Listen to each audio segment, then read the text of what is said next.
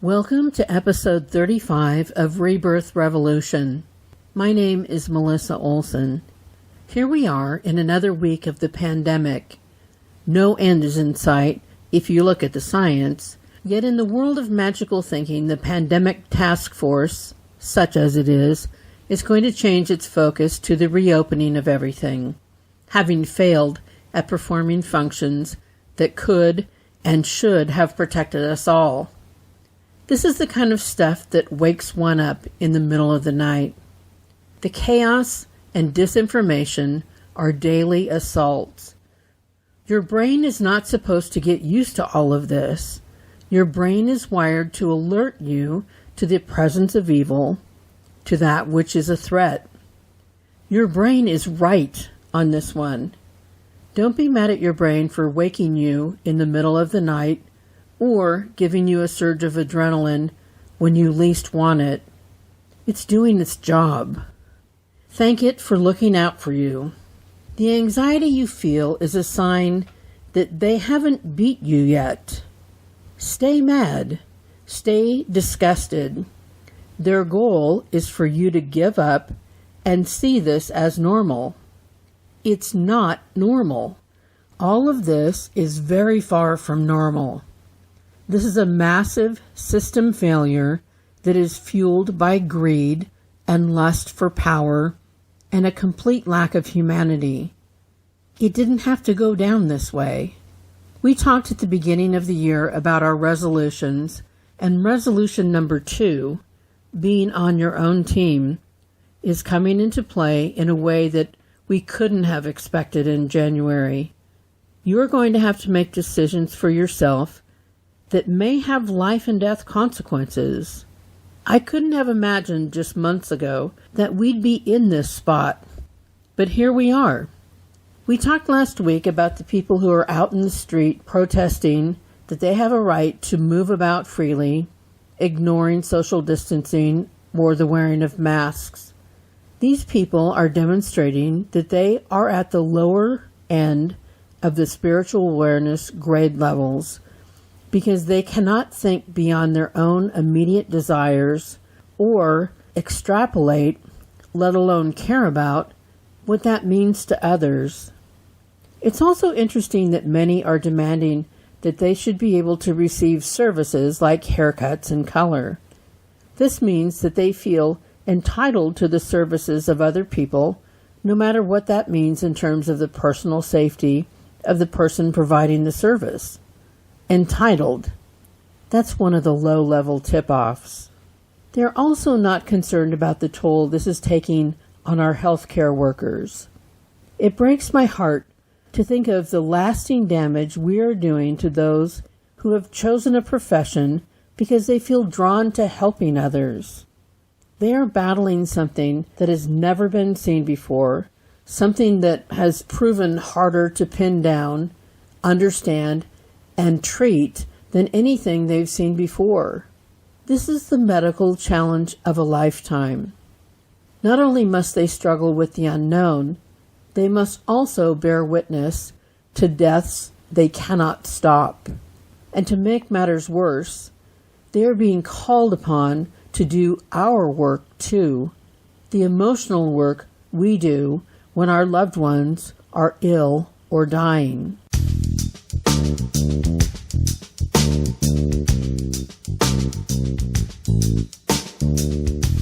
When our people are at their most vulnerable, when they're hospitalized, we are there for them, to hold their hand, to comfort them, to be their emotional safety net.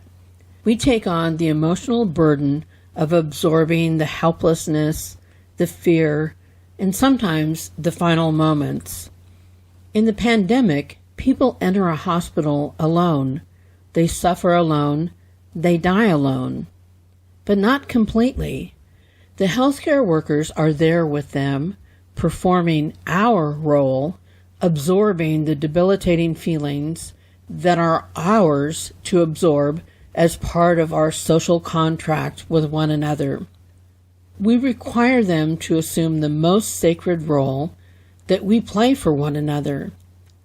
That role, which contains trauma that we take months or years to sort through and move past, is what they are tasked with doing every shift they work. They are now the ones that are holding the hands of the dying. They are also shedding tears, too. Staying home and wearing masks is how we show our respect and gratitude. We cannot give in to our short attention spans or our unwillingness to be uncomfortable. If you are lucky enough to be healthy right now, you need to be willing to accept that this is not about you.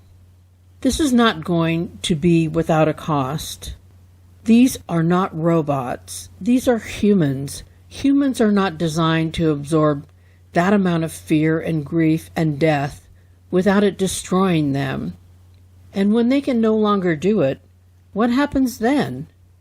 Are we willing to go back to the procedure of the 1918 pandemic, where people died at home and were wrapped in the sheets they died in and dragged out to the street where a wagon would pick up the bodies? The flu pandemic 100 years ago killed over 50 million people because they had no vaccine or treatment. We don't have that either. We think we have come far, but our current systems are not prepared for something of that magnitude. Your death or the death of your loved ones are not acceptable outcomes. It's hard to imagine that this is what we are currently being sold. Those who protest are not capable of thinking of the devastation, both emotionally and financially, to those who would be lucky enough to survive. No amount of magical thinking will undo that level of devastation. As hard as it is to fathom, people at the low levels of the spiritual awareness grade levels simply do not care if people die. Do not ever lose sight of this. When you have not yet developed empathy, you are unable to process what it would feel like for others because it would not matter to you at all. It just wouldn't. This gives those at the lower levels absolutely no motivation to stop this train. To allow them to set policy or give medical advice is as dangerous as it gets. The needs of low-level people cannot be met internally. They are not going to sit quietly in a room alone. They will not use this time to dig deeper, to figure themselves out, to stumble onto the realization that no one cares what their hair looks like. They will panic. They will attack. They will need to surround themselves with every other low-level person they can find. They desperately need the attention of others, with negative attention serving the need as well as positive attention would. They are a danger to us all, and we need to see this and act accordingly. We know from how the system works that the gaps in awareness will be filled in, which we call karma. But we need to guard against allowing those with these huge gaps to become a part of our story. We need to make sure that all who have demonstrated a blatant disregard for the well-being of others have no power over the lives of others. Everyone who has been complicit, cowardly, and silent needs to have the opportunity to lose their power so they can go home and start filling in their gaps. They have much work to do. We can assist them by voting them out of office.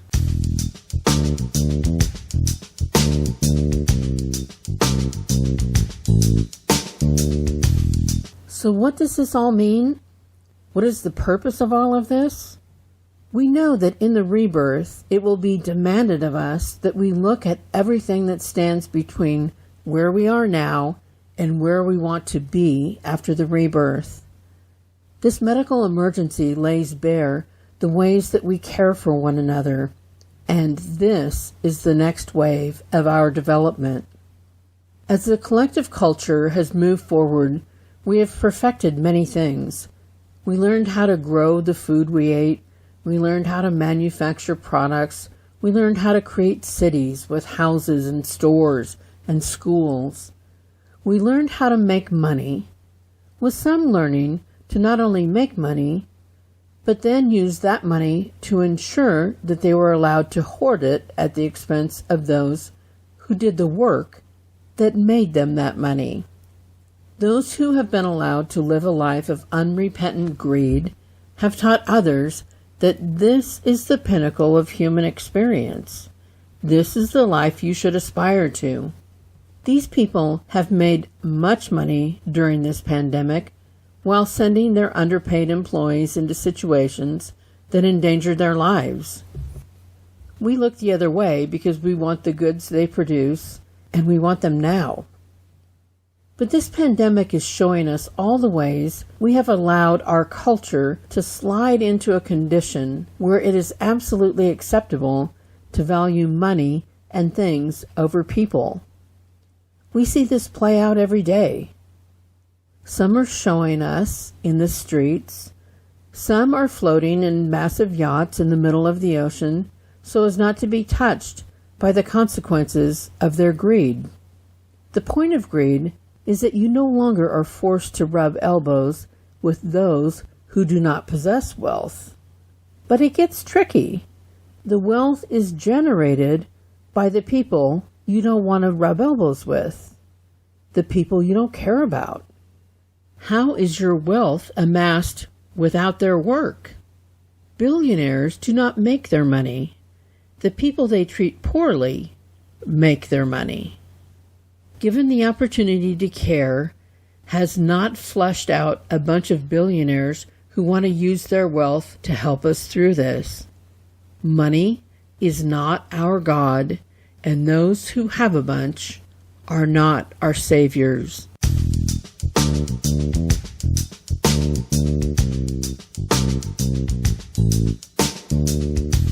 The caring that is required to keep us all whole and healthy is on all of us.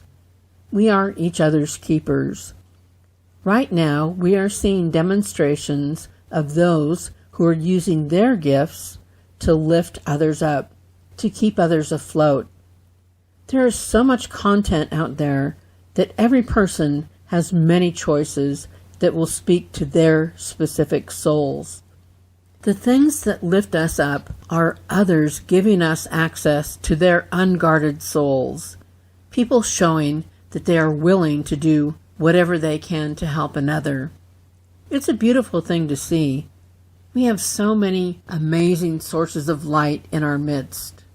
This is the next stage of our development. Not how to make a buck, but how to make a meaningful connection. And what a powerful way to look at our connections, or lack thereof, through being limited in our ability to be with others. This time is making it painfully clear the connections that matter to us and the lengths we are willing to go to keep them alive. We have to be more creative than ever. One of the common avenues for connection has taught me a lot about the nature of my connections with people. Zoom is a great way to get together with your people, but it always leaves me feeling a bit worse than before I participated. When I am with my people, I experience an energetic exchange that goes beyond the words that are spoken. It has a lasting effect that I can carry with me for days. After I have spent time with my people, I feel like my molecules have been altered in a very good way. But when I see my people over Zoom, I hear their words and feel no exchange of energy. It's like I don't feel anything from them, nor do I feel that my energy has anywhere to go. It's weirdly depressing. My brain is expecting one thing and gets something else entirely. Oddly, I can feel an energetic exchange over the phone, just not in a video chat. That's weird. The joy of being in close contact with others feels like a pipe dream right now. And without this hiatus, I don't know that I would have realized what a big part of how I feel is tied into that.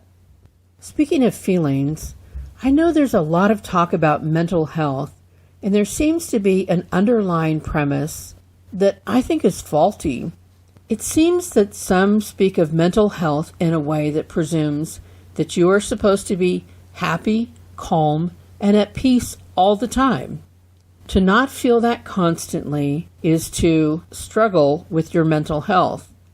Anxiety, depression, and the whole host of feelings that are not happy, calm, and at peace are pathologized.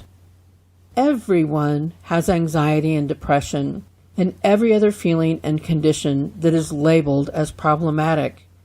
We have it in varying degrees, but we all have it. These are natural responses to the world around us. These are appropriate responses to the world around us.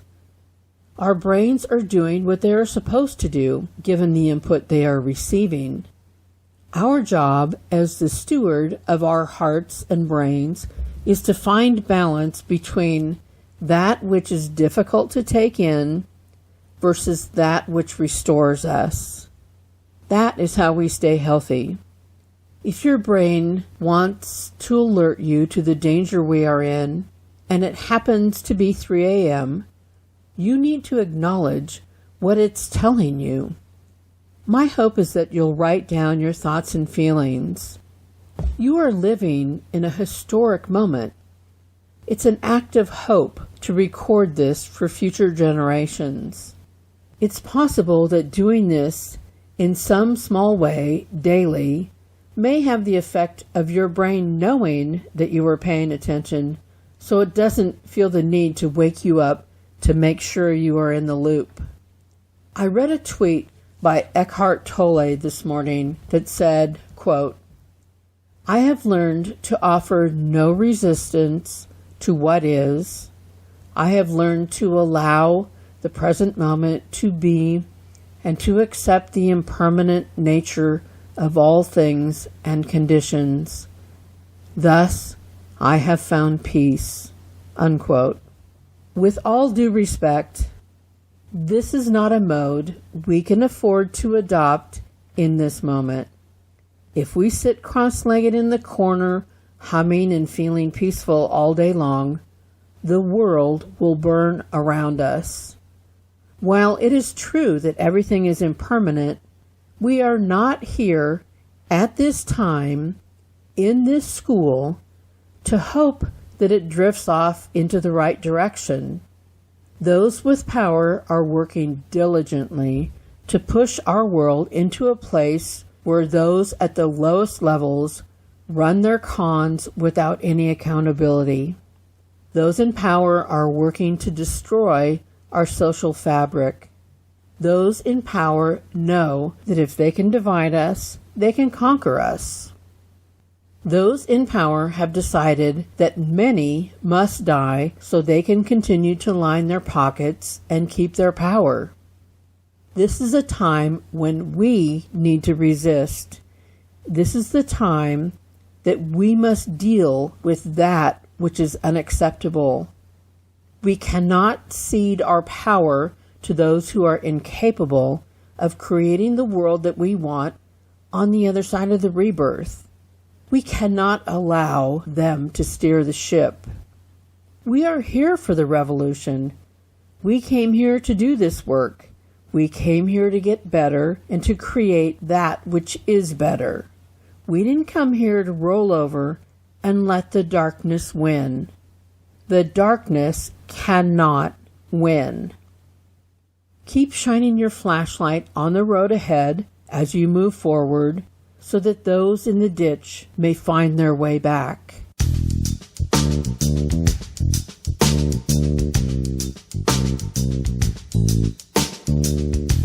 Thank you for listening to Rebirth Revolution. I'm grateful that you take the time to listen. Any help you could give me in getting the word out about this podcast would be greatly appreciated. If you can like and review us on Apple Podcasts, that would be great. We can be found everywhere podcasts are found and on YouTube. If you have any questions for us, email us at rebirthrev@gmail.com or leave a comment on rebirthrevolution.com.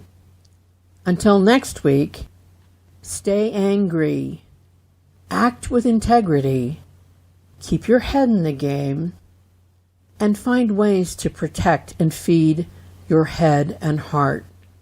Remember, you are loved exactly as much as every other person on the planet, not 1 ounce more or 1 ounce less. Be strong and stay safe, because we've got work to do.